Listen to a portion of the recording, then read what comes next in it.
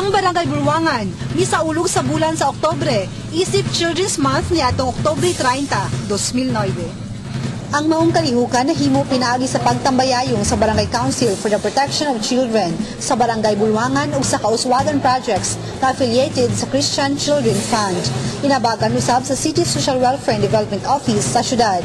Ang tema sa maong programa mao ang Bright Child, protection ng bata, pananagutan ng bansa. Lain-lain ang mga orientation ng gihimo sa mga miyembro sa Task Force for Children na nakabase sa Dakbayan sa Sugbo. Lain ang iyaha para sa elementarya, high school ug sa mga ginikanan.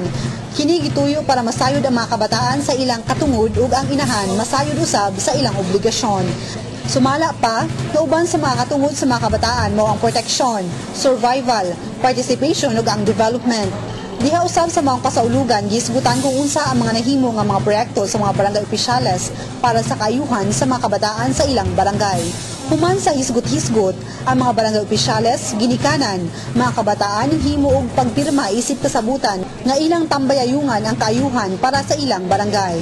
Sa pamahayag ni punong barangay Helen Yupano sa Barangay Bulwangan, ang Barangay Children Contest usa sa ilang mga action plans sa ilang Barangay Council for the Protection of Children aron sa paghatag og dakong importansya sa mga kabataan. Ikaduha na katuig.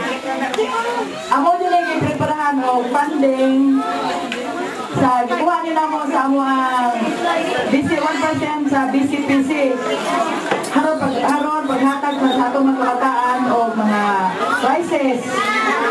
Ito mo, nakita na mo ang importansya o ang impact niya na to sa mga kabataan. Among gitutukan ang upat ka rights sa bata. Survival, developmental, participation, and protection.